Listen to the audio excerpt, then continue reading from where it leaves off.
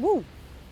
Les Pirates Verts, c'est une banque alimentaire qui existe depuis près de 15 ans et aujourd'hui, c'est la dernière distribution avant Noël. On est venu prêter main forte. Bonjour. Salut. Je vais venir vous donner un petit coup de main. OK. La tâche est assez simple. Ça arrive pêle-mêle. Oui. On trie ça. Ça me semble que j'en ai vu.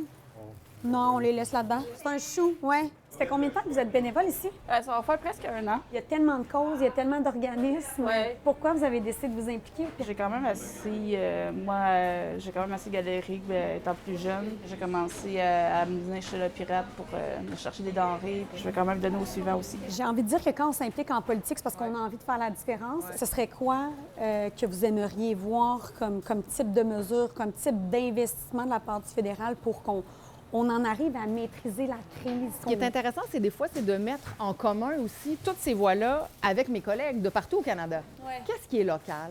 Qu'est-ce qui est national? Qu'est-ce qui distingue Montréal, justement, des autres? La solidarité. On accepte l'imperfection, on y va. On ajuste en vol ce qu'il faut qu'il soit ajusté. Mais c'est ça, la mise en action, là, elle est très, très typique Montréal, Hochelaga. Tu es arrivé en retard parce que tu cours d'un bout à l'autre de la ville pour justement aller chercher ça, hein? C'est ça, hein? Je sais que tu n'es pas en retard parce que tu es en retard, là. Non. Pour nous, les 2 semaines de Noël sont nos 2 semaines les plus occupées de l'année parce que tout le reste du monde sont fermés.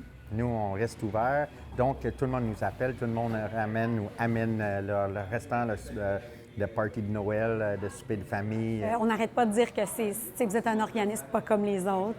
Pourquoi? Qu'est-ce qui distingue les Pirates Verts? Plusieurs choses. Ouais. On est 100% bénévole. On accepte tout le monde. Aucun critère. Notre combat, c'est le gaspillage.